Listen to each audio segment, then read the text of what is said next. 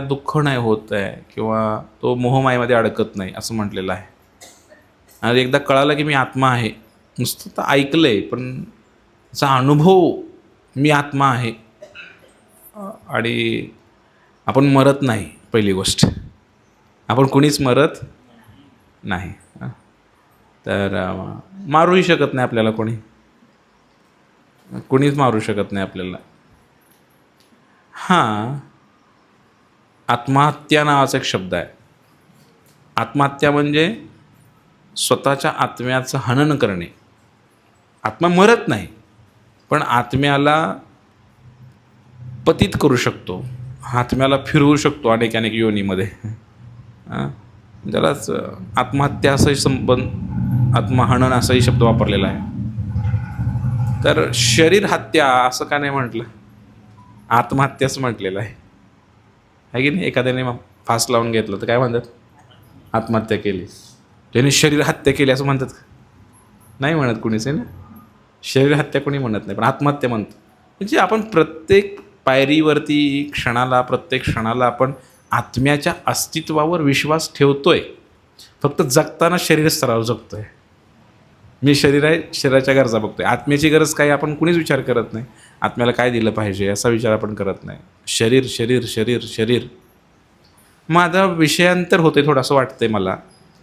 आजचा जो श्लोक आहे, मात्रा स्पर्शास्तु कौंतेय शीतोष्ण सुखदुःखदा अगमापायिनो अनित्यः तान् तितिक्षस्व भारत. याचा अर्थ असा आहे की आत्तापर्यंत भगवंत बोलत होते की आत्म्याचं काय, चर्चा सुरू झाली ना आता. आत्मा कुठं असतो, काय असतो, कसा एका देहातनं दुसऱ्या देहामध्ये प्रवेश करतो आत्मा, ही सगळी चर्चा चालू आहे. आणि मधूनच भगवंत म्हणतात की काय, हे जे सुखदुःख उन्हाळ्या पावसाळ्याप्रमाणे आहेत. सुखदुःखाचं काय झालं, मधनंच कसं काय आलं. पुढचाही श्लोक तसाच आहे तो. हे दोन श्लोक मध्येच कसे काय आले भगवद्गीतेमध्ये. आत्म्याची चर्चा चालू होती ना, आता ह्याच्यानंतर पण आत्म्याची चर्चा आहे पुढं पूर्ण अध्याय. हे मध्येच दोन शब्द आले, कारण भगवंतांना शरीर आणि आत्म्यामधला फरक सांगायचा आहे. ही तात्पुरती इंद्रियांच्या भोगाच्या इच्छेमुळे उत्पन्न होणारी जी दुःख आहेत किंवा सुख आहे, हे याच्याशी आत्म्याचा काही संबंध नाही आहे. हे केवळ शरीराच्या संबंधित असणार आहे. सुख कशा संबंधी आहे? आत्म्याचा आणि सुखाचा काहीच संबंध नाही आहे. सुख आपण जी चर्चा करतोय ती शरीराशी संबंधित धरूनच करतोय चर्चा. कुठे चटका बसला की दुःख झालं बाबा, कुठंतरी उन्हाळ्यामध्ये बर्फाचा थंड पाणी भेटलं तर सुख झालं बाबा. सुख आणि दुःखाची चर्चा आपण शरीराला धरूनच करतोय की. सुख कशाला पाहिजे, आज मला भरपूर सुख झालं, मी भरपूर नामस्मरण केलं, असं नाही म्हणत आपण. आत्म्यासंबंधी आपण असं चर्चा करत नाही शक्यतो, परंतु शरीरासंबंधी करतो सुखाची दुःखाची चर्चा. म्हणून भगवंताने आजचा जो श्लोक आहे ना, तो श्लोक सांगितला की ही जी सुखदुःख आहेत, ही सुखदुःख उन्हाळ्या पावसाळ्याप्रमाणे आहेत. आणि सुख येतील, दुःख येणार आयुष्यामध्ये, त्याची चर्चा आपल्याला करायची आहे. तर काही प्रश्न असे आहेत जो प्रभुपादांनी दिलेला आहे. 2-3 गोष्टी दिल्या. एक तर पहिली गोष्ट सांगितली की डिसेंबरचा महिना आहे, मार्गशीर्ष महिना आहे, थंडी भयानक असते. जानेवारी फेब्रुवारी डिसेंबरमध्ये थंडी असते भरपूर. मग थंडीमध्ये सकाळी उठून स्नान करायला पाहिजे थंड पाण्याचं. भक्त लोक थंड पाण्याने स्नान करतात. थंड पाण्याने सर्वांनी स्नान करावं. जास्त ज्याला काही त्रास असेल तर मग तो गरम पाण्याने थोडंसं करू शकतो. पण थंड पाण्याने स्नान सकाळी उठून करायचं थंडीमध्ये असल्या भल्या पहाटे, तर किती अवघड गोष्ट आहे की नाही. अंथरुणातनं बाहेर सुद्धा निघू वाटत नाही, पण पहाटे उठून आंघोळ करायची म्हणजे फार कठीण आहे. आणि मग पण जो साधक आहे तो साधक नेहमीच असं करतो. तर असं म्हटलेलं आहे की जो ब्राह्मण आहे तो कधीच, म्हणजे साधक थोडक्यात, तो आंघोळीला कधी घाबरत नाही. आणि जो सैनिक आहे तो लढायला कधी घाबरत नाही. जो शूर आहे, क्षत्रिय आहे, तो लढायला कधी घाबरत नाही. तर आता साधक जो आहे तो सकाळी उठतो, नेहमीच उठायचं, थंडी असली काय आणि उन्हाळा आला काय, थंड पाण्याने आंघोळ करायची आणि सकाळीच उठायचं. आणि स्त्रियांना स्वयंपाकाचं कार्य असतं घरामध्ये. मग स्त्रिया आता पहिले दिवस वेगळे होते, आत्ताही आहेत म्हणा, किचनमध्ये वगैरे गरमी होतं फार, आहे की नाही? कारण जर चूल असेल तर, पूर्वी जर तुम्ही झोपडी असेल, पत्रा असेल तुमचा आणि चूल असेल घरामध्ये, आता गॅस आले तो विषय वेगळा, पण चूल असेल तर काय होईल हो? इतकी उष्णता निर्माण होते चूल असल्यानंतर, धगते. कधी एकदा त्यातनं बाहेर पडावंसं वाटतं. मग एखादी आई अशी आहे का की ती म्हणते आज मी सुट्टी घेते बाबा, नको मला फार गरम होते, आता मेचा महिना आहे, 1 महिना मी काही स्वयंपाक करत नाही. कुठं जायचं मग आपण जेवायला? धाब्यावर. बरोबर आहे की नाही? ते कर्तव्य पूर्ण करावंच लागेल ना. उन्हाळा असला तरी स्वयंपाक करावाच लागेल आणि थंडी असली तर मग मग भारी वाटतं. त्या स्वयंपाकघरातनं बाहेरच पड वाटत नाही. चुलीची ऊब मिळते चांगली आणि बाहेरचे कुडकुडतात. हां, कधी कधी येऊन चुलीला हात लावतात, असे पाय हात आपण शेकतो असे. हे सांगण्याचा उद्देश की आयुष्यामध्ये ही जी सुखदुःख आहेत ही उन्हाळ्या पावसाळ्याप्रमाणेच आहेत. कोणाला पावसाळा आवडतोय, कोणाला उन्हाळा आवडतोय, कोणाला हिवाळा आवडतोय. ह्या आवडीनिवडी काय आहेत? हे सुख आणि दुःखाच्या कल्पना आहेत फक्त. ही मानसिकता आहे. तर कुणी प्रश्न विचारला की सुख दुःख काय आहे? तसं एका वाक्यामध्ये उत्तर आहे, सुख दुःख ही केवळ मनाची कल्पना आहे. अर्थात याचा अनुभव, याचा पूर्ण साक्षात्कार प्रत्येकाला होईल असं नाही, हे कठीण आहे समजायला. जो खरंच भक्तिमार्गामध्ये साधन करतो, योग करतो, तपस्या करतो, त्याला याचा अनुभव होऊ शकतो. सगळ्यांना नाही होणार याचा अनुभव. तर सुख आणि दुःख हे कसं निर्माण होतं? तर जेव्हा भगवंतांनी हे विश्व निर्माण केलं, तर हे विश्व निर्माण केलं तर या विश्वामध्ये जसं आता घराच्या पुढं पाटी लावली जाते, कुत्र्यापासून सावधान. म्हणजे आतमध्ये काय असायला पाहिजे? काय असायला पाहिजे? नक्कीच कुत्रा असणार, मांजर पण असू शकते. पण बोर्ड लावला आहे म्हणजे नुसताही लावू शकते बोर्ड. एक भक्त आहेत आमचे, त्यांनी त्यांच्या बिल्डिंगवरती एक फुटका कॅमेरा लावला आहे, असं म्हणजे कुठं पडलेला, आणि ते बोर्ड लावलं आहे काय, तुम्ही कॅमेराच्या कक्षेमध्ये आहात. मग बघितलं माग कनेक्शन नाही, काय नाही, बोर्ड तर लावला आहे. म्हणलं, ते म्हणले काय आता, कमीत कमी वाचून तरी कमीत कमी कोणीतरी घाबरेल. तर सांगण्याचा उद्देश असा होता की जर घराच्या बाहेर आपण लावलं असेल की ते कुत्र्यापासून सावधान, 100% कुत्रा आहे तिकडे आतमध्ये, असं धरून चालू आहे. तसं भगवंतानी हे विश्व निर्माण केलं. हे विश्व निर्माण केल्यानंतर या विश्वाच्या वरती एक बोर्ड लावलेला आहे, आणि त्या बोर्डवर काय लिहिले माहिती आहे का? दुःखालयम अशाश्वतम. या जगामध्ये केवळ दुःखच मिळेल असं लिहिलेलं आहे. त्या बोर्डावरच लिहिलेलं आहे. तुम्ही बोर्ड वाचला का? तू कोणी कोणी वाचलं? आपण सर्वांनी तो बोर्ड वाचला आहे, फक्त विसरलं आहे. आपण जेव्हा इथं जगात आलो ना, तेव्हा तो बोर्ड लावला होता. ते बोर्ड वाचला, पण आपण त्याला दुर्लक्ष केलं. म्हणले आम्ही अशी एक सुखाची दुनिया बनवू इच्छितोय. भगवंताच्या विरुद्ध बंड पुकारला आम्ही, आणि आम्ही असा विचार केला की नाही, आम्ही याच्या पलीकडे जाऊ, आम्ही इथं सुखाचं सुख निर्माण करू या जगामध्ये, असा मनामध्ये संग बांधून आम्ही आईच्या पोटातून जन्म घेतलेला आहे. भगवंतानी लिहिलं होतं की बाबा इथे सुख नाही, इथे केवळ दुःखच मिळेल तुम्हाला. पुस्तकालयामध्ये काय मिळतं? पुस्तकच मिळणार. भोजनालयामध्ये काय मिळतं? वस्त्रालयामध्ये काय मिळतं? बरोबर आहे का? मग दुःखालयामध्ये काय मिळेल? 100% दुःख मिळायला पाहिजे.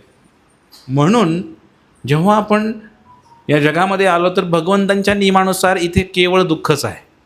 हे जगच दुःख देण्यासाठी, याला मर्त्य लोक म्हटलेलं आहे. हे कशासाठी बनवलं आहे? कशासाठी बनवलं आहे? हे दुःख देण्यासाठी बनवलेलं आहे. जसं एखादा कैदी आहे, जर कैदी असेल तर त्याला शिक्षा झालेली आहे, आता त्यांनी चोरी केलेली आहे, त्यांनी अपराध केलेला आहे, त्याला दंड द्यायचा आहे. मग त्याला काळ्या पाण्याची शिक्षा झालेली आहे किंवा येरवाड्याच्या जेलमध्ये तो आहे. याचा अर्थ त्याला का बरं तिकडे नेलं हो? का नेलं त्याला तिकडे? सांगावं. त्याला आरामात बसून खायला नेलं आहे का तिकडे? त्याला खडी फोडावं लागते, काम करावं लागतं त्याला, आणि जेवायला काय मिळतं? पिठलं आणि भाकरी. पंचपाकवान त्याला भेटत नाही, कारण तो कैदी आहे. तसं आपण सुद्धा कैदीच आहे. आपण अपराध केला आहे, चूक केली आहे. काय चूक केली माहिती आहे का तुम्हाला? काय चूक केली आहे? भगवंताशी ईर्ष्या आणि द्वेष केलेला आहे. मालक बनायची इच्छा होती आपली मालक बनायची इच्छा होती. भगवंत म्हणले जगाचा मालक तर एकच आहे, एकटा मीच मालक आहे. म्हटलं तुला मालक बनायचं आहे तर म्हणले नाही बनवू शकत तू. नाही, मला मालक बनायचं आहे म्हणले. भगवंत म्हटले ठीक आहे, तुला मालक बनायचं आहे ना, पण माझ्यासारखा नाही बनू शकत, छोटा मालक बनवतो म्हणले तुला. छोटे मालक बनले. मग बायकोचा नवरा, मुलांचा बाप, छोटा मालक, कुणावर तरी डांगडिंग करायला थोडासा छोटा मालक बनवलं भगवंताने. ती वृत्ती आहे ना मालक बनण्याची. भगवंताशी ईर्ष्या केला, भगवंताशी द्वेष केला, मला मालक बनायचं आहे, मला सत्ता भोगायची आहे. भगवंत म्हणले ठीक आहे, छोटंसं दिवस एक घर दिलं भगवंताने आपल्याला. आणि मग या ठिकाणी आपण आता आपलं विश्व निर्माण करत आहे स्वतःच. मला सांगायचं होतं की कैद्याला जेलमध्ये गेल्यानंतर शिक्षा व्हायला पाहिजे की नाही हो? का व्हायला पाहिजे? सुधारण्यासाठी. तसं भगवंतानी हे जेल बनवलेलं आहे. हे पृथ्वी म्हणजे काय आहे? जेल आहे, जेल. आणि ह्या जेलमध्ये आपण अडकलेलो आहे, माहिती आहे का तुम्हाला? मग इथं काय आहे? भगवंतानी दुःख देण्याची योजना ठेवलेली आहे. त्रिविध ताप, आधी भौतिक, आधी दैविक, आधी आध्यात्मिक, 3 प्रकारे. दुर्गादेवीच्या हातामध्ये त्रिशूळ आहे की नाही? तर 3 टोकाने ती त्रास देत असते. दुर्गादेवीला भगवंतानी ठेवलं इकडे. म्हणले ह्या लेकरं लय आगाव आहेत, म्हणले मालक बनायला आलेत, ह्यांना जरा. जेलर असतो, जेलर, जेलमध्ये जेल जो असतो त्या जेलमध्ये एक जेलर असतो, तो कैद्यांवरती लक्ष ठेवतो आणि त्या कैद्यांना त्रास देतो जेणेकरून त्यांनी सुधारावं. तसं दुर्गादेवी ही जेलर आहे. तिला भगवंताने नेमणूक केली तिची, या जीवांना त्रास दे, मानसिक त्रास दे, शारीरिक त्रास दे, आर्थिक त्रास दे. मग दुर्गादेवी नेहमी त्या जीवाला त्रास देते, पण जीव असा आहे की सुधारत नाही. समजलं का? काही काही लोक जेलमध्ये जातात आणि जेलमधून बाहेर पडल्यानंतर पण सुधारत नाहीत. एक व्यक्ती होता, त्याला जेलमध्ये टाकला. त्याने खून केला, चोरी केली होती एका ठिकाणी, आणि चोरी करताना तो पकडला गेला. मग मोठा दरोडा टाकला होता. मग दरोडा टाकला म्हणून त्याला जेलमध्ये टाकलं, आणि मोठा दरोडा होता, त्याला 5 वर्षाची शिक्षा झाली. आणि मग जेलमध्ये 5 वर्षाची शिक्षा झाल्यानंतर भरपूर त्रास झाला जेलमध्ये. मग सुटल्यानंतर त्याला बरं वाटलं जरा. म्हणजे जेलर साहेब होते, ते म्हटले, त्याची मुलाखत घेतली. म्हणले आता 5 वर्ष तुम्ही सुटलेला आहे, आता इथून पुढं तुम्ही चोरी करणार का? ते नाही म्हणायला पाहिजे होते की रे. तो म्हणला करणार. काय माणूस आहे, 5 वर्ष तुला शिक्षा झाली तरी म्हणतो की चोरी करणार. मग ते म्हटले मी चोरी करणार पण चूक नाही करणार. म्हणले का? मागच्या वेळेस चोरी करायला गेलो होतो, म्हणले काय झालं, बॅटरीच नेली नव्हती म्हणले. चुकून काय झालं, गेलो तिथे आणि तिथे एक रेडिओ होता, त्या रेडिओचं बटन दाबलं गेलं, रेडिओच बोलायला लागला. सगळे घरातले जागे झाल्यामुळे पकडलं गेलो. म्हणले पुढच्या वेळेस बॅटरी घेऊन जाईल म्हणले व्यवस्थित, जेणेकरून कुठं काय बटनाला हात लागणार नाही. कळालं का तुम्हाला काय? म्हणजे त्याला सुधारला नाही तो. इतका त्रास झाला जेलमध्ये, 5 वर्ष खडी फोडायला लावली, पण त्यात काय सुधारणा झाली नाही. तशी आपली पण समस्या तीच आहे. आपण काय करतोय? आपण सुधारलो तर खरं ना. मायादेवी एवढा त्रास देते, एवढं शारीरिक त्रास आहे लोकांना, शिंक आल्यापासून ते गुडघेदुखीपासून, कॅन्सरपासून कितीतरी शारीरिक त्रास देत आहेत. भगवंतच देत आहेत हे त्रास एक प्रकारे आपल्याला या जगामध्ये. पण कधी माळा वडू वाटत नाही, त्या सत्संगाला जाऊ वाटत नाही. मानसिक त्रास किती आहे लोकांना, आहे की नाही? घरामध्ये भांडणं, शेजारी भांडणं, बांधावरनं भांडणं, इकडं भांडणं, मित्रामध्ये भांडणं, सगळीकडे भांडणं येतं, नवरा बायकोची भांडणं. पण माळा करायला नको वाटतेत, सुधारत नाही आपण. मग मानसिक त्रास, शारीरिक त्रास, एक भगवंताची योजना आहे सगळी. आणि याला नाव आहे दुःख. काय नाव आहे? आणि हे दुःख सर्वांच्या जीवनामध्ये दुःख आहे, कुणाच्या जीवनामध्ये दुःख नाही आहे. ही सगळी भगवंतानी योजना केलेली आहे तुम्हाला दुःख. पण याच्या मागचा उद्देश काय? बाप मुलाला शिक्षा करतो, कशासाठी करतो? मुलगा सुधारावा म्हणून करतो. बापाने मुलाला कानाखाली मारली कारण त्यानं सुधारावं म्हणून. तसं भगवंतानी दुःख दिलं तर दुःख स्वीकारलं पाहिजे आणि त्यातनं काहीतरी शिकलं पाहिजे. मला दुःख काय येते म्हणून बोंबलायचं नाही. तो व्यक्ती मूर्ख आहे, शास्त्राचं म्हणणं आहे. ते दुःख स्वीकार करा आणि त्यातनं काहीतरी शिका. की काय शिका? मग भगवंतानी सांगितलं हे शिका की हे दुःख येतंय तर याचा अर्थ पुन्हा या जेलमध्ये यायचं नाही. हे ज्याला ज्याला कळालंय तो खरं शिकला काहीतरी मनुष्य जन्मामध्ये. पुन्हा या जगामध्ये जन्म घ्यायचा अखेरचा हा दंडवत तुला. दंडवत करून टाकायचं, इकडे यायचं नाही परत. हां, कळालं का तुम्हाला? हे कळायला पाहिजे की हे जग आपल्यासाठी नाही आहे. हे जग चांगल्या माणसासाठी नाही आहे, जेंटलमॅनसाठी नाही आहे. हे कैदी लोकांसाठी आहे. आपण इथं नाही राहायला पाहिजे. इथून काढता पाय घ्यायचा. जाऊ देवाची या गावा. हां, आपलं गाव कुठे? भगवंताचं धाम, वैकुंठ, गोलोक, हेच आपलं घर आहे खरं, पण आपण विसरलो. आणि म्हणून दुःख येतं आयुष्यामध्ये. आयुष्यामध्ये आपल्या प्रत्येकाला दुःख आहे. कुणाला दुःख नाही असं आहे का? कोणी हातवरती करा. तर मुंगी चावली तरी दुःख आहेच किंवा छोटंसं, आहे की नाही? आता मग इथं फॅन लावला, ह्यांना सुख झालंय, महाग अशी अशी करते ती त्या कोपऱ्यातली माणसं, कारण त्यांना दुःख तिकडे फॅन नाही आहे. समजलं का? दुःख आहे ना, छोटंसं दुःख आहे ना.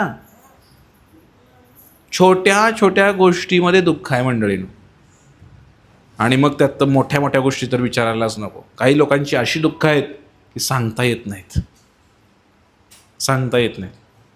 आणि म्हणून सुख काय आहे आणि दुःख काय आहे? सुख नावाची व्याख्या या जगाच्या डिक्शनरीमध्ये नाहीच आहे तसे बघायला गेलं तर. सुख पाहता जवा पडे, दुःख असं का म्हटलंय? जव आणि पर्वत, विज्ञानाच्या भाषेमध्ये याला निग्लिजिबल म्हणतात. म्हणजे निग्लेक्ट करा.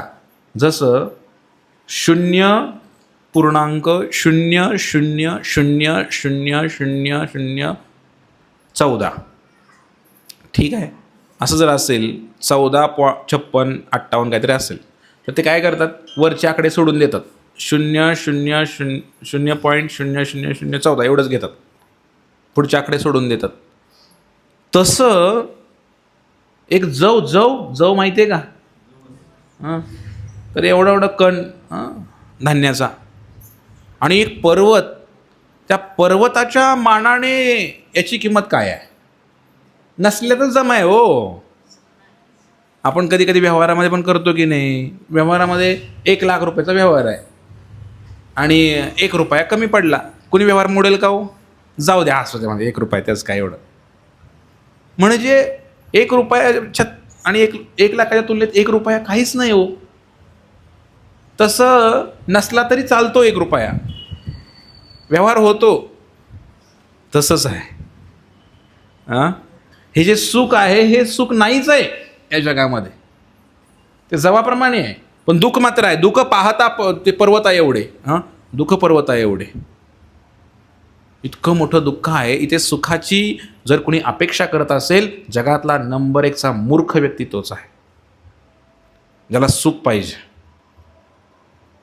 कारण का? तो गेलाय कुठं? किराणा मालाच्या दुकानामध्ये.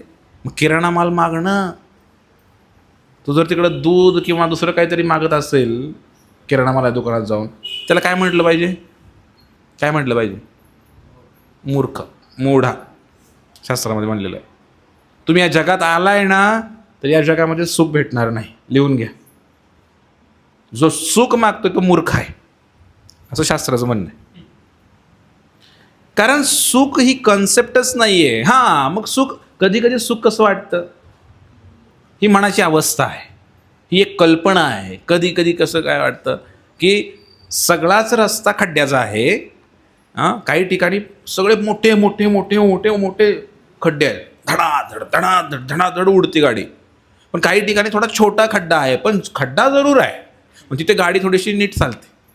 म्हणतो नाही नाही नाही, चांगला रस्ता आलाय बरं का. नाही, चांगला नाही, रस्ता सगळाच खड्ड्याचा, फक्त खड्ड्याची साईज कमी आहे इकडे.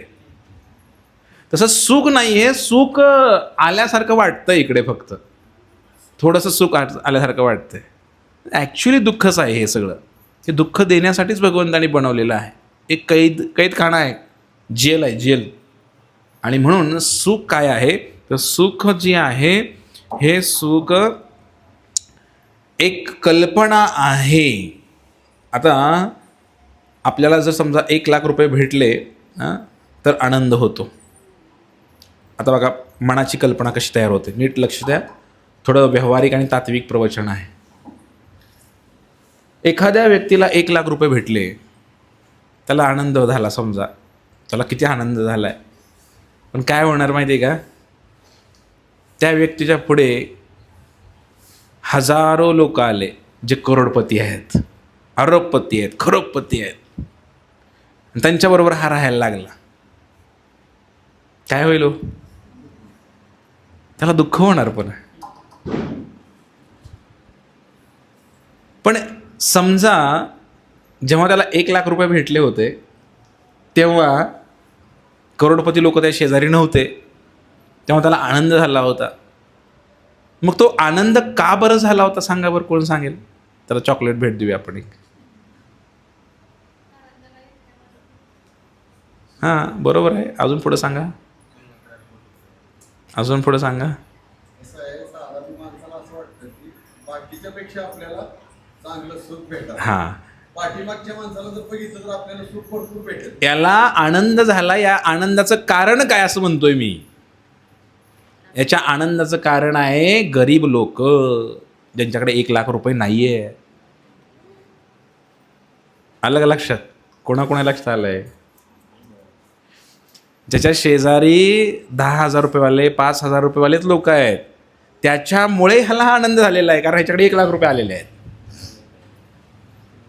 म्हणजे याच्या आनंदाचं कारण 1,00,000 रुपये नाही. याच्या आनंदाचं कारण काय आहे?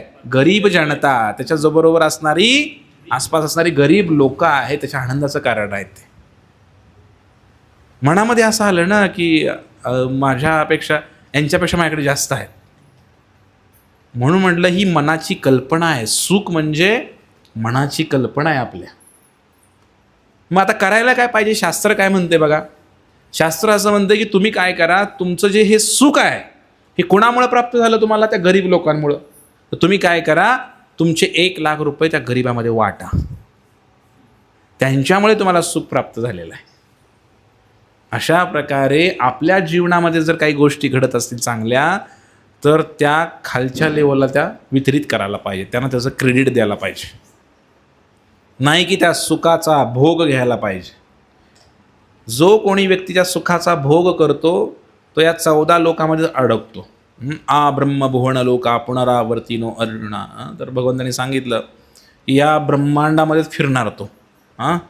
कधी स्वर्गात जाणार, सुखाचा भोग घेणार असेल तर स्वर्गात जाणार, आणि दुःखाचा भोग घ्यायचा आहे तर खालच्या लोकामध्ये जाणार, नरक लोकामध्ये जाणार. म्हणून काय करायला पाहिजे की सुखाचा पण भोग नाही करायचा आहे आपल्याला. ते जे ती काय आलंय आपल्या वाट्याला त्याचा भोग नाही करायचा आपला, असं शास्त्र म्हणतं. त्याग करायला सांगितलेलं आहे जर थोडंफार काय असं सुख वाटलं तर. आणि म्हणून इथं म्हटलेलं आहे ही मनाची एक संकल्पना आहे. जसं एक उदाहरण मी तुम्हाला देतो. तुकाराम महाराजांच्या जीवनामध्ये घटना घडते की तुकाराम महाराज एका व्यापारी गावाला चाललेला असतो, शेतकरी, आणि त्याचं शेत राखायला जातात. आणि शेत राखायला गेल्यानंतर ठरतं की बाबा जेवढं काही धान्य होईल, मला काहीतरी 7 खंडी धान होतं दरवर्षी, तर 7 खंडीमधलं 1 खंडी तुकोबारायला द्यायचं. तर 3 महिने त्यांनी शेत राखायचं. मग ज्वारी लावली. पण तुकाराम महाराज कीर्तनामध्ये दंग आहेत. कीर्तनामध्ये दंग आहे तर ती पाखरं आली, त्यातलं दाणे सगळे खाऊन गेले, कंसाला एकही दाणा राहिला नाही. उलट तुकोबारायांनी पाण्याची सोय केली पाखरांची, इकडे मडके ठेवले सगळीकडे. म्हणले आता इथं खाल्ले तर इथंच पाणी पण प्या. आणि मग तो व्यापारी शेतकरी आला आणि म्हटलं अरे काय तू क्या, म्हणले तुला शेत राखायला ठेवलं होतं, म्हणले कुंपणाने शेत खाल्लं, म्हणले ते सगळे पाखरं खाऊन गेले. म्हणले आता काय करायचं? म्हणजे धान्य आता म्हणले मला 7 खंडी धान्यात होतं तर मला 7 खंडी धान्य पाहिजे, नाहीतर घर लिहून घे. तुकोबारायांचं घर लिहून घेतलं. पण जेव्हा खळं केल्यानंतर त्या ठिकाणी त्यांना दरवर्षी 7 खंडी धान्य व्हायचं, यावर्षी काहीतरी 20-25 खंडी धान्य झालं. आश्चर्य झालं, सगळीकडे चर्चा व्हायला लागली. मग तुकोबारायांना जे ठरलं होतं ते दिलं यांनी. मग परत चावडीमध्ये मिटिंग बसली. म्हणले काय ठरलं होतं? 7 खंडी झाल्यानंतर एवढं 1 खंडी तुकोबाला द्यायचं होतं, तुला आता हे एक्स्ट्रा झालेलं काय करायचं? एक्स्ट्रा आहे ते म्हणले तुकोबाचं आहे. म्हणले बैलगाड्याच्या गाड्या भरून ती उरलेलं धान्य तुकाराम महाराजांच्या घरी पाठवलं. आणि तुकाराम महाराजांच्या घरी धान्य आलं हे कळल्यानंतर गावातले गोरगरीब लोक आले सगळे. सगळ्यांना सांगितलं या रे या रे, सगळे या म्हणले, आणि सगळ्याला तुकोबारायांनी ते धान्य वाटून टाकलं.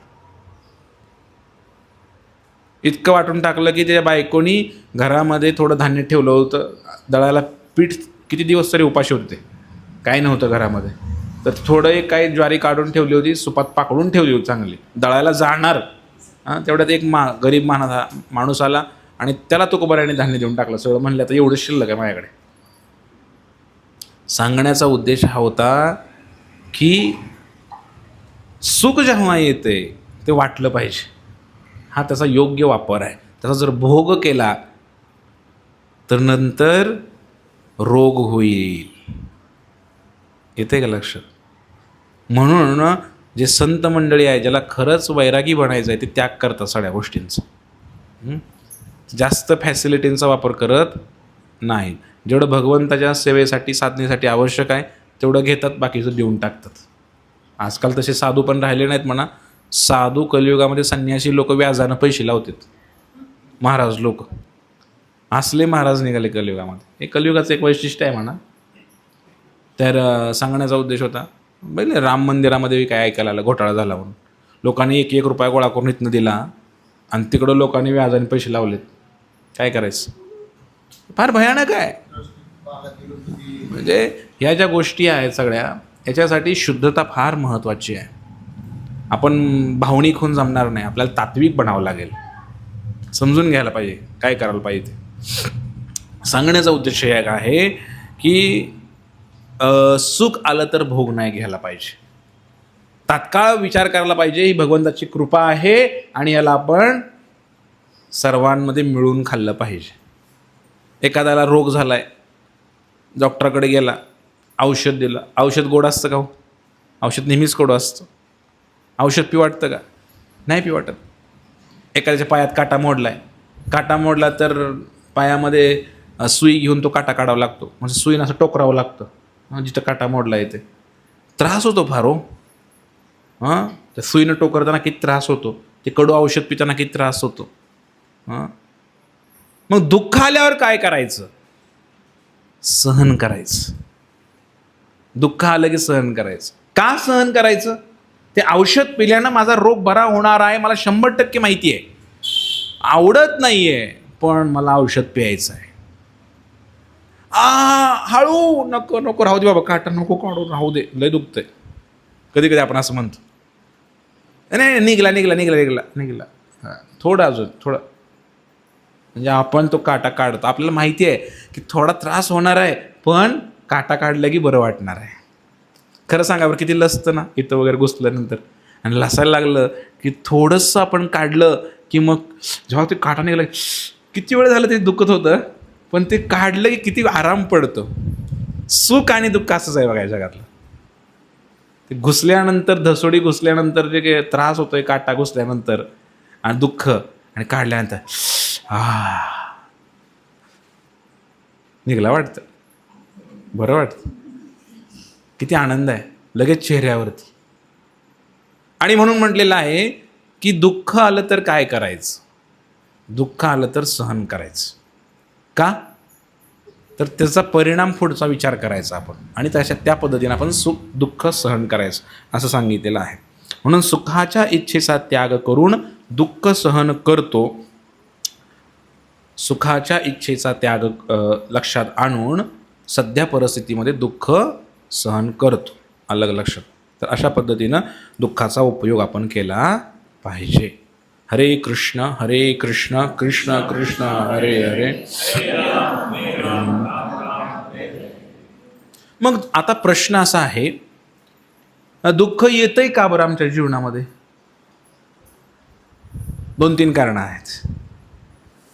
पहिलं कारण हे आहे की आपल्या जीवनामध्ये दुःख येण्याचं विवेकानंद प्रभू, ऐकायला येते का आवाज मागं? पहिलं कारण आहे दुःख येण्याचं आयुष्यामध्ये संबंध. त्या वस्तूशी, त्या पदार्थाशी संबंध जोडला. कुठल्या वस्तूशी जोडला संबंध? आता या माईकशी संबंध जोडला मी, दुःखाला सुरुवात झाली. माईक कोणाचा? माझा. माझा म्हटलं, आणि मग माईक माझा जर असं म्हटलं मी, तर मग सत्ता आली, स्वामित्व आलं. याचा मालक झालो मी, या माईकला जर कोणी हात लावला तर मग काय फेकून मारणार. तर ह्याला काही झालं तर मला त्रास होणार, या माईकला काही झालं तर मला त्रास होणार. समजलं का तुम्हाला? उदाहरण देतो मी तुम्हाला, चांगलं उदाहरण देतो. एक महिला आहे आणि तिचे पती वारलेले आहेत 50 वर्षापूर्वी. पती वारून 50 वर्ष झाले. 50 वर्षानंतर ती रस्त्यानं चालली होती आणि 2 माणसं बसले होते आणि एक माणूस दुसऱ्या माणसाला म्हणाला, काय म्हणाला? तो म्हणाला, शी बघा, ती जी आहे ना अमक्या अमक्याची बायको आहे बघा. तो माणूस तर मेला आहे आणि ती म्हणाले अमक्या अमक्याची बायको आहे. तेव्हा त्या स्त्रीने लगेच तिला ऐकायला गेलं आणि तिने वळून बघितलं. 50 वर्षानंतर माणूस मरून किती झाले, पण संबंध अजूनही लक्षात ठेवलेला आहे. 50 वर्षानंतर तिला ऐकायला आलं की अमक्या अमक्याची बायको चालली बघा रस्त्याने. तिने लगेच वळून बघितलं ती आवाज आल्यानंतर, कोण बोलतंय. म्हणजे तिनं तो संबंध जपून ठेवलेला आहे की मी अमक्या अमक्याची बायको होते. येते का लक्षात तुमच्या? या संबंधामधनंच दुःख निर्माण होतं. एक उदाहरण दिलं होतं तुम्हाला मी असं. या संबंधामुळेच दुःख निर्माण होतं की वस्तूशी आम्ही जो संबंध निर्माण करतोय, ही माझी वस्तू आहे, ही माझी माणसं आहे, ही माझी बायको आहे, ही माझी मुलं आहेत, माझं घर आहे, माझी प्रॉपर्टी आहे, हा माझा देश आहे, हाही संबंध आहे. या सर्वच संबंधामधनं दुःख आणि दुःखच निर्माण होतं. मग सांगितलेलं आहे की जर दुःखातून बाहेर यायचं असेल, पहिले संबंध. असं कुंती महाराणींनी सुद्धा एक प्रार्थना केली भगवंतांकडे. काय प्रार्थना केली माहिती आहे का तुम्हाला? 2-3 प्रार्थना केल्या. पहिली प्रार्थना कुंती महाराणीने केली. कुंती म्हणजे माहिती आहे का तुम्हाला? कुंती कोण आहे? दुर्योधनाची आई. 5 पांडवाची आई आहे हो कुंती महाराणी. थोडंसं अभ्यास करत जावा. ते कुंती महाराणी भगवान श्रीकृष्णाची आत्या आहे, आत्या. ती आत्या म्हणते श्रीकृष्णाला 2-3 प्रार्थना सांगतो. पहिली प्रार्थना केली, मला भरपूर दुःख दे भगवंता. का हो मागितलं असेल दुःख? आपल्यामध्ये कोणी आहे का असं ज्याने दुःख मागितले? हात वरती करा बरोबर. भगवंताकडे जाऊन एक तरी व्यक्ती आहे का जो देवाकडे जाऊन दुःख मागतो? आपण तर लगेच सुख संपत्ती घर आवे जय जगदीश हारेवाली माणसं आहे आपण. देवाकडे जाऊन आपण कधी मागितलं, भगवंता माझ्या जीवनात भरपूर दुःख येऊ द्या? आई आलंच हे दुःख त्याच्या नावाने खडे फोडतोय आपण. देवा मला एवढं कसं काय दुःख दिलं? मी कोणाचं काय वाईट केलं तर? तुझं काय वाईट केलं तर? आणि माझ्याच बाबतीत असं कसं काय झालं? आमचं डाळिंब काढायला आल्याच रेट कसं काय पडला? आमची केळी जायला आले की रेट कसं काय कमी झाला? मग देवाला आपण दुःख मागत नाही, पण त्याने दुःख मागितलं याचं कारण असं आहे, दुःखामध्ये सुखमे सिमरण कोण करे. सुखामध्ये कोण आठवण करतो, स्मरण करतो भगवंताचं. आणि जर सुखामध्ये सिमरण झालं असतं तर मग भगवंताने दुःख दिलंच नसतं. दुःखामध्ये भगवंताची आठवण येते आणि म्हणून दुःख मागायला पाहिजे भगवंतांकडं, असं शास्त्र कुंती महाराणी म्हणते. दुसरी प्रार्थना केली कुंती महाराणीनं, नीट ऐका. दुसरी प्रार्थना केली, माझे जेवढे संबंध आहेत ते सगळे तोडून टाक. नवरा, बायको, मुलं, आत्या, मामा, काका, जे काही आजी, मी कोणाची कोणी असेल, हे संसारामध्ये जे संबंध बनलेले आहेत हे सगळे संबंध तोडून टाक म्हणे श्रीकृष्णाला सांगितलं. मला यातनं मोकळं कर, मला त्याची आठवण नको याला.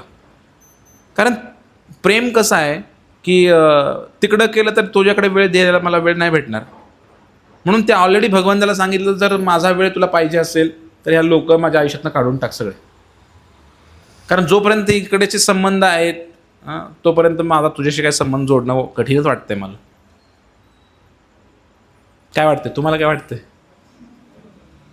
बरं मागितलं का मागणं? दुसरं मागणं मागितलं आहे, संबंध तोड म्हणले सगळे माझे. आणि तिसरं मागणं मागितलं गंगोअहम. गंगा नदी निरंतर कितीही अडथळे आले तरी समुद्राच्या दिशेने वाहत राहते, हिमालयापासून गंगासागरापर्यंत.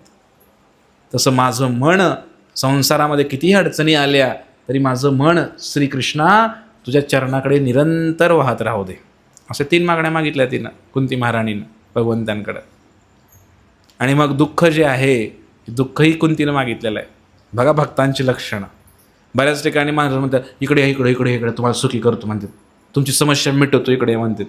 हां, म्हणजे काही महाराज लोक असतील, बुवा असतील, काही सत्संग असतील, अशा प्रकारे. सत्संग नसतात ते, कुसत्संग असतात. हां, असत्संग असतात ते. हां, अध्यात्म भक्ती जीवन जगायचं कसं हे सगळं भगवद्गीता भागवत शिकवतं. आणि म्हणून या ठिकाणी म्हटलेलं आहे की संबंध नाही जोडायला पाहिजे आणि सुख आणि दुःख वेगळं नाही आहे. तर या ठिकाणी असं म्हटलेलं आहे सुख आणि दुःख एकच आहे. कसं आहे? एकच आहे. बघा आता एखादं झाड आहे, असं एक झाड असतं की झाड उन्हाळ्यामध्ये जास्त ऊन पडलं की जळून जातं, त्याची सगळं वाढच होत नाही, झाडाची पालवी पण जाते. आणि अति थंडी पडली की मग तरी पण ते वाढ घेत नाही. येते का लक्षात? जास्त कशाला, तुळशीचं उदाहरण घ्या. तुळशीमध्ये असंच होतं. तुळशी महाराणी जी आहे, जास्त थंडी झाली की बी तुळशीला चालत नाही, जास्त गरमी झाली तरी पण चालत नाही.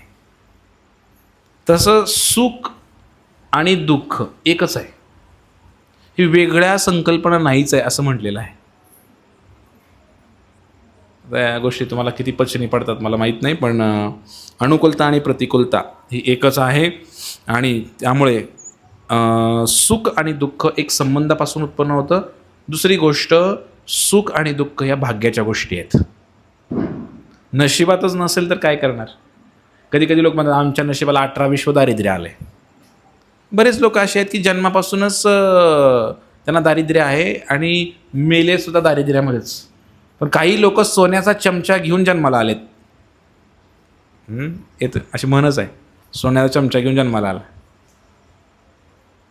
जन्मताच श्रीमंत आहेत, काहीच कमी नाही आहे. मग या ठिकाणी असं म्हणलेलं आहे सुख आणि दुःख ह्या भाग्याच्या पण गोष्टी आहेत. ते भाग्यामध्ये असेल तरच ते होऊ शकते. मी काय काय सांगितलं बघा. सुख आणि दुःख मनाची संकल्पना आहे, पहिली गोष्ट. बरोबर आहे का?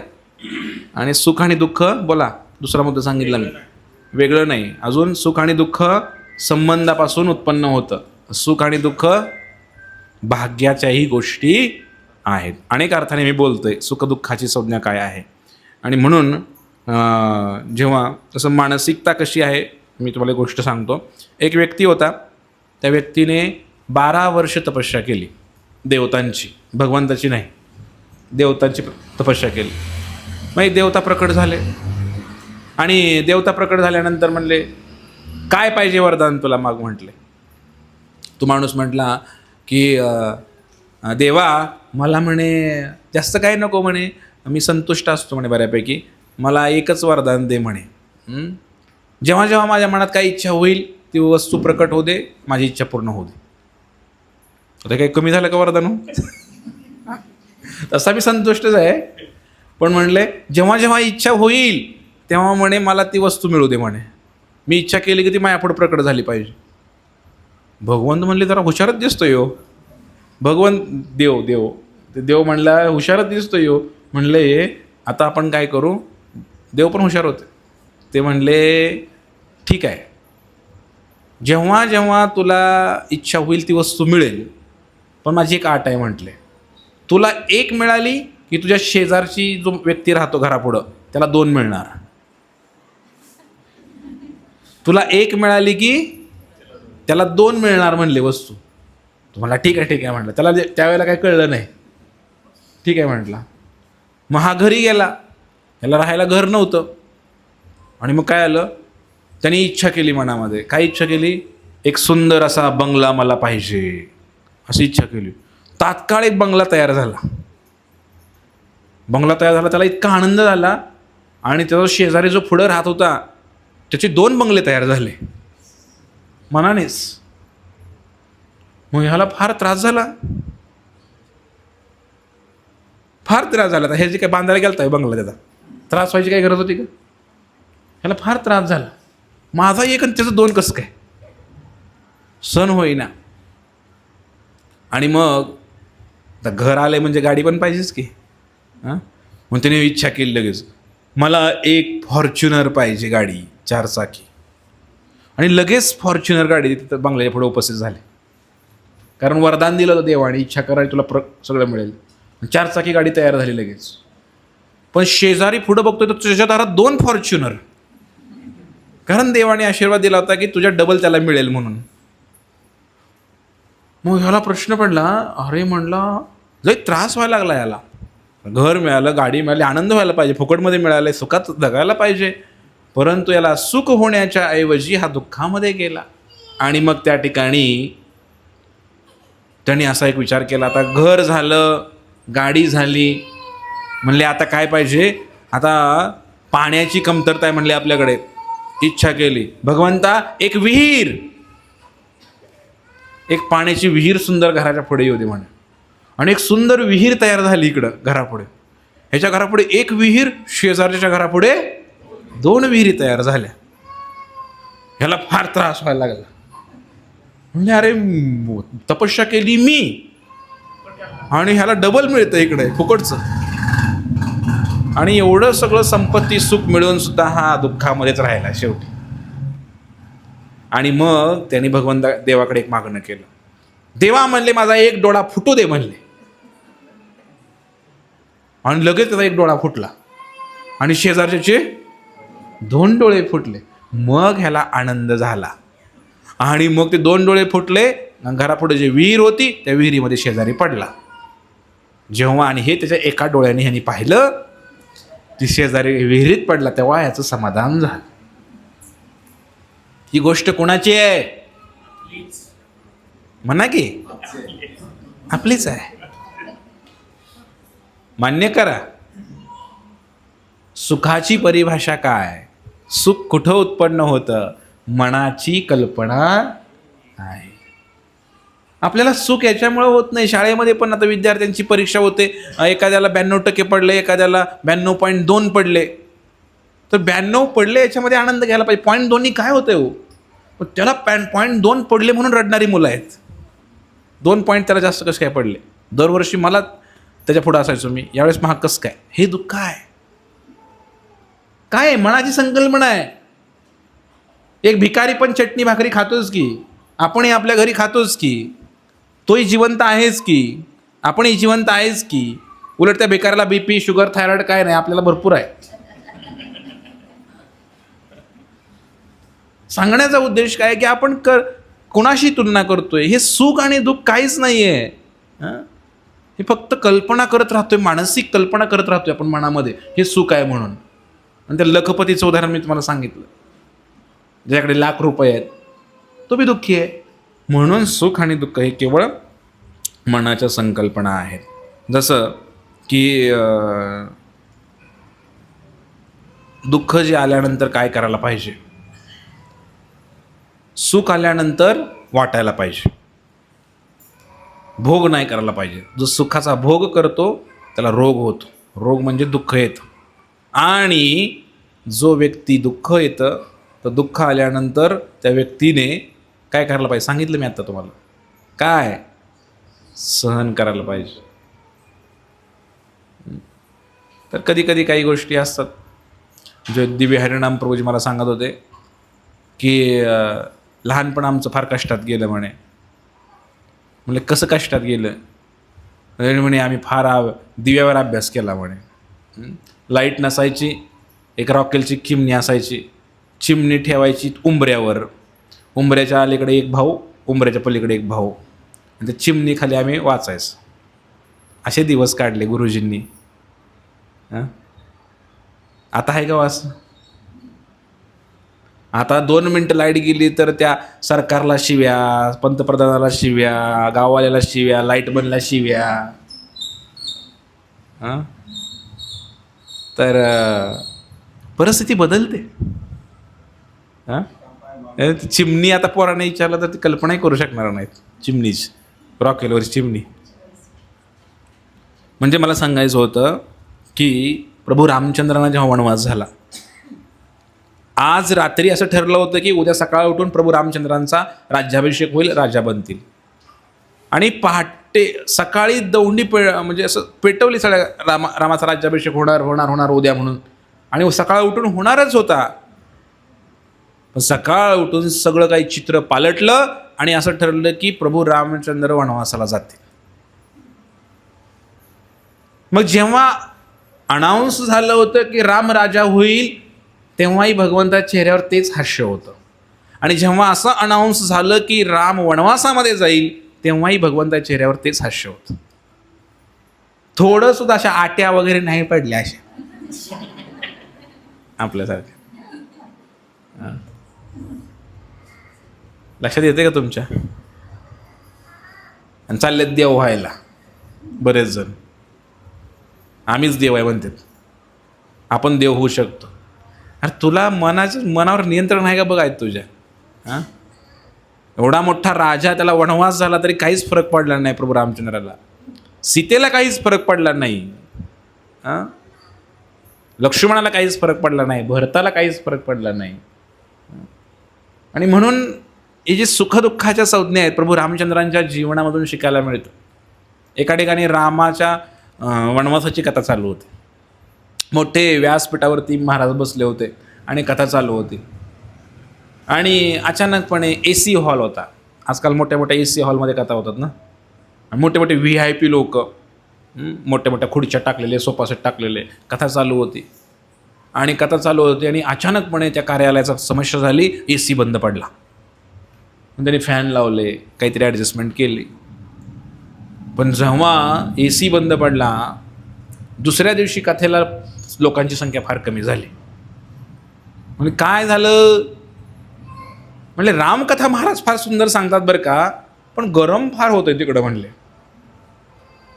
अरे प्रसंग काय चालू आहे? रामाला वनवास झालाय, अनवाणी निघालेत राम बिना चपलीचे. सुकुमार कोमल अशी कन्या सीता अनवाणी पायानं निघालेली आहे. या प्रसंगातनं काही शिकायचं गेलं कुठं, ह्यांना उकडतंय हॉलमध्ये. मग आपण रामकथेतनं घेतलं काय? रामकथेतनं शिकलो काय? आणि आजकाल हेच चालू आहे सगळीकडं. काय कथाकार कथा करते, त्याचं पाकिट त्याला मिळते, हॉलवाल्याला हॉलचं भाडं मिळते, अन्नदानवाल्याचं नाव पुकारून त्याला हार घातला जातोय, त्याची इमेज वाढते, झालं विषय संपला.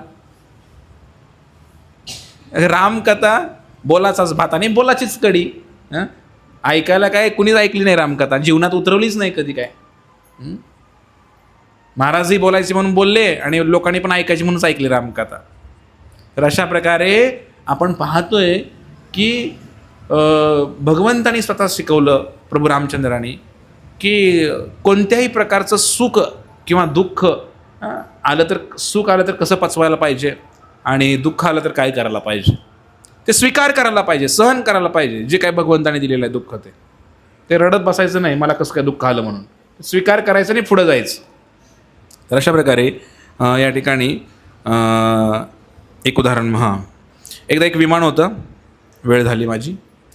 ते विमान जे आहे, त्या विमानाचा जो पायलट आहे तो विमान चालवत होता.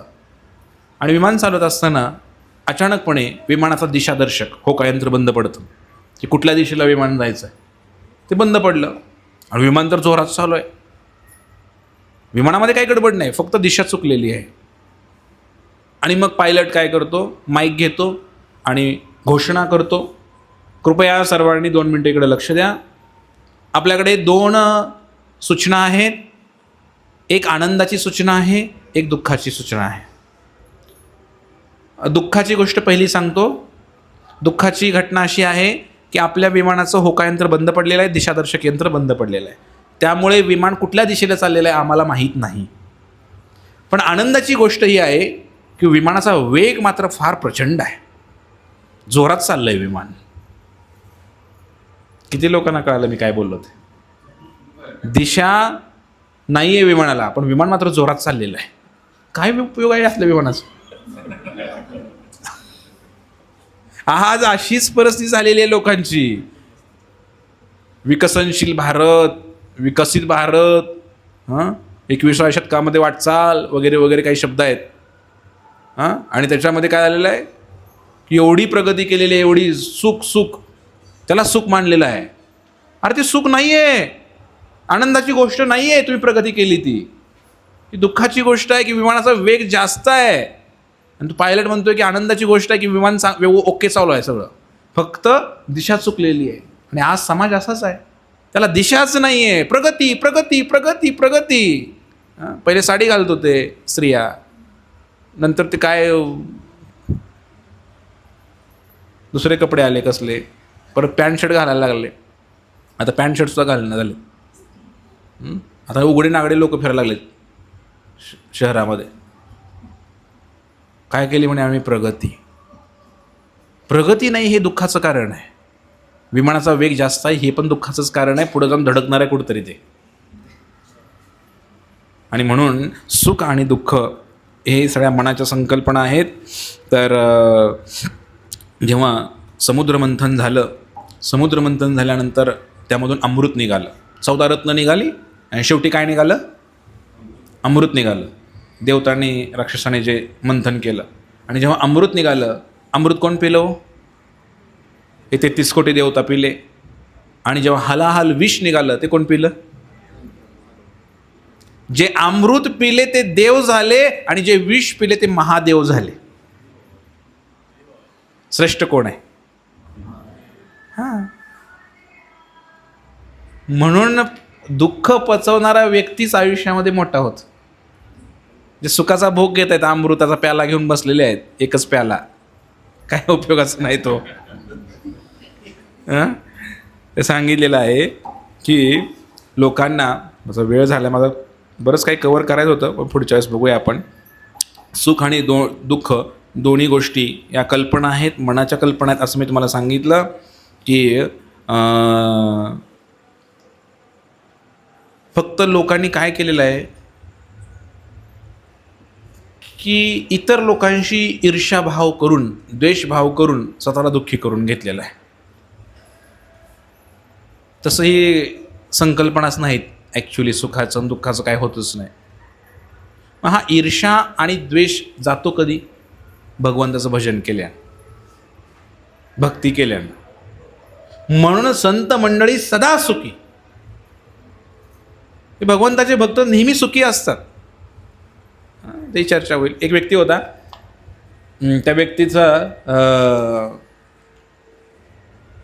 एकदा काही कारणामुळं नाक कापलं गेलं, नाक कट झालं असं.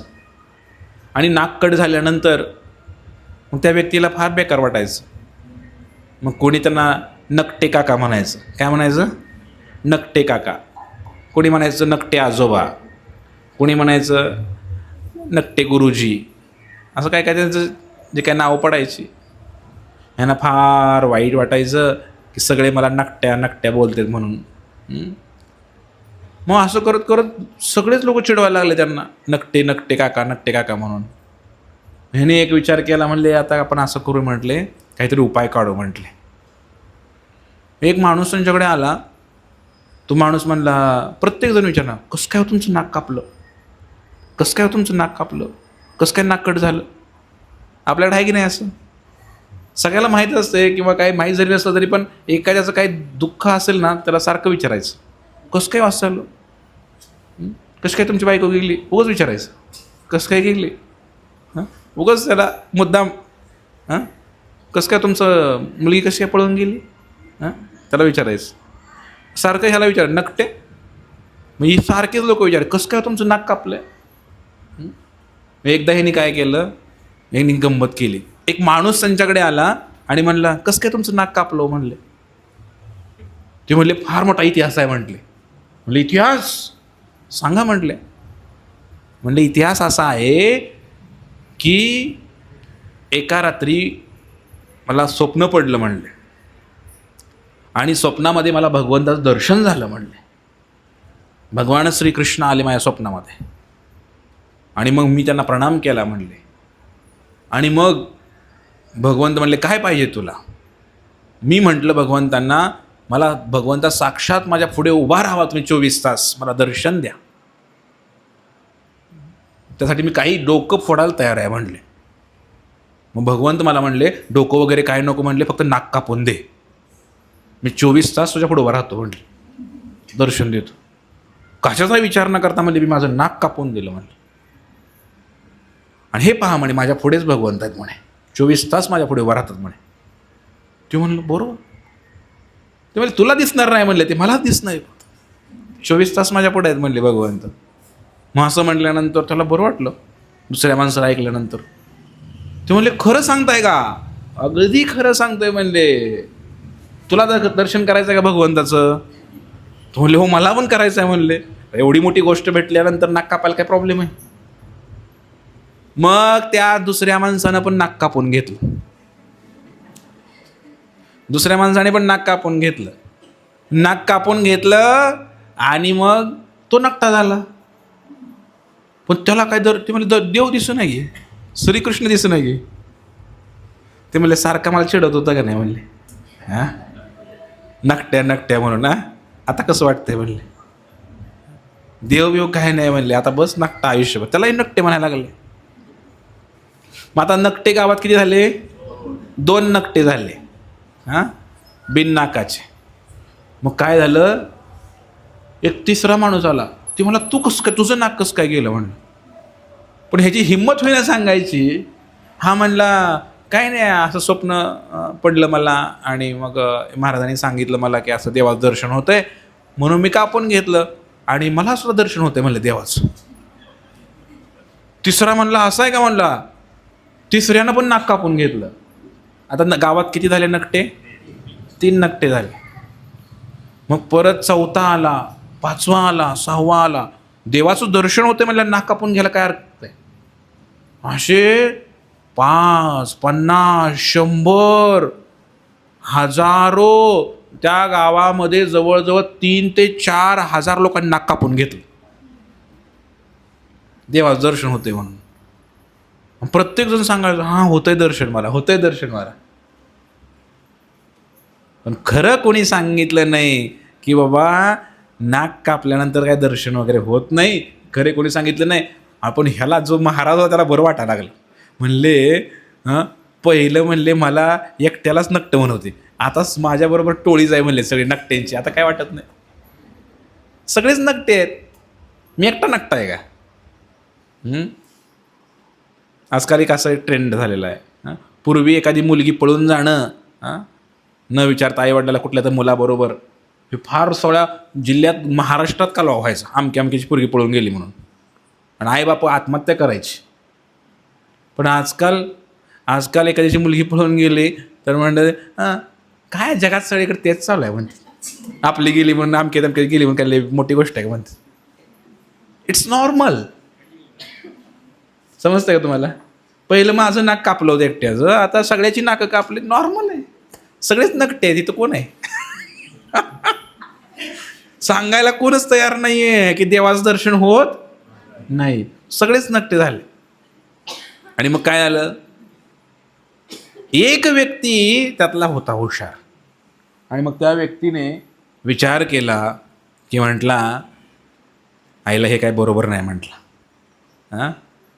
म्हटलं एक खोटं बोलणं काय बरोबर नाही. त्याने सांगितलं, जाहीरपणे सांगितलं की जेवढ्यांनी नाकं कापून घेतलेले आहेत आपले सर्वांनी लक्ष द्या म्हणले, आणि ज्यांचं नाक आहे त्यांनी पण लक्ष द्या की नाक कापून कुठं काय भगवत प्राप्ती होत नाही. हे सांगायला कोणच तयार नाही म्हटले. मी सांगतो म्हणले, मी नाक कापून घेतलं पण मला काय देव दिसला, मला काय भगवंतांनी दर्शन दिलं नाही म्हणले. त्यामुळं म्हटले ह्याच्या नादी लागू नका, हे सगळं खोटं आहे. मग ते नाक कापायचं बंद झालं. मला सांगायचं काय होतं की आपलं जळलं का नाही, आपलं वाटतं दुसऱ्याचं जळावं. किती जणांना वाटते हात वर करा प्रामाणिकपणे. नाही असू द्या, मला समजलं तुमच्या भावना पोचल्या मला.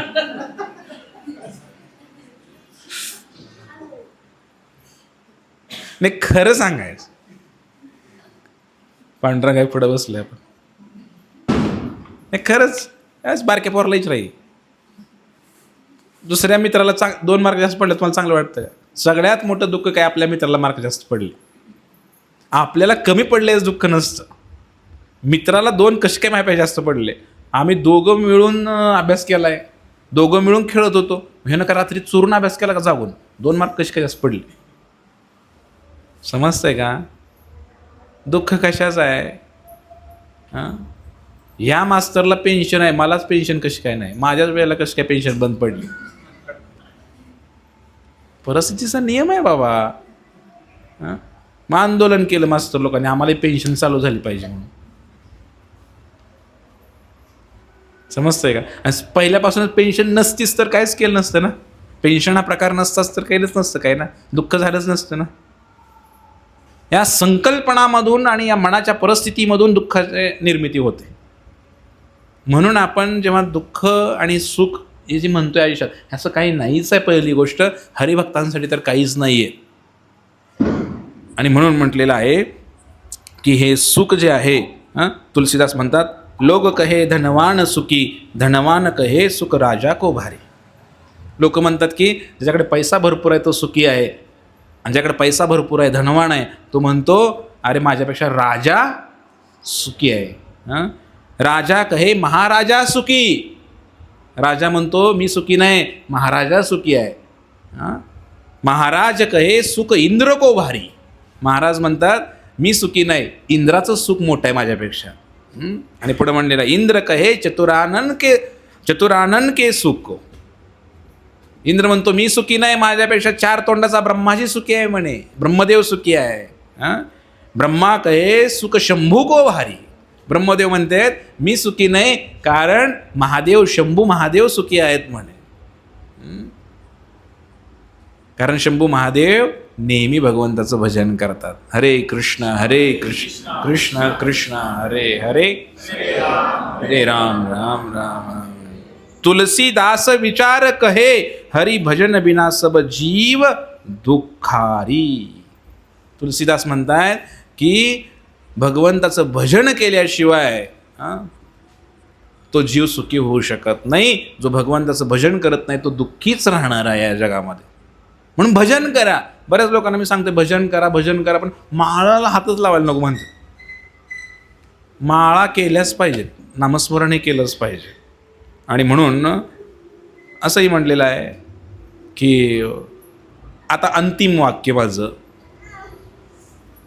कोण म्हणतं सुख नाही या जगामध्ये. आत्तापर्यंत मी तुम्हाला सांगितलं की सुख नाही म्हणून, पण आता मी उलटं बोलणार आहे. कोण म्हणतं सुख नाही या जगामध्ये. आहे सुख, गॅरंटेड आहे, 100% 24 कॅरेट सुख आहे या जगामध्ये. कुठं आहे. सुखाचे ते सुख चंद्रभागे तटी, इथे आहे. सुखाचे ते सुख चंद्रभागे तटी, पुंडलिका पाठी उभे झाले. कोण म्हणतं सुख नाहीये. पंढरपूरला जावा, सुखा लागी करीशी तळमळ, तरी तू जाय एक वेळ पंढरपूर. एकदा पंढरपूरला जावा. सुख आहे या जगामध्ये, खरं सुख आहे या जगामध्ये, आणि ते विठेवर उभा आहे. आणि जो कोणी त्या विठ्ठलाची शरण घेणार त्याला ते सुख भेटणार. आणि म्हणून पंढरपूरला गेलं पाहिजे, पांडुरंगाचं गुण गायलं पाहिजे, भक्ती केली पाहिजे, नामस्मरण केलं पाहिजे. आणि मग त्या आनंदाचा, आनंद वेगळा आता शब्द आहे म्हणा, त्या सुखाचा अनुभव करू शकता.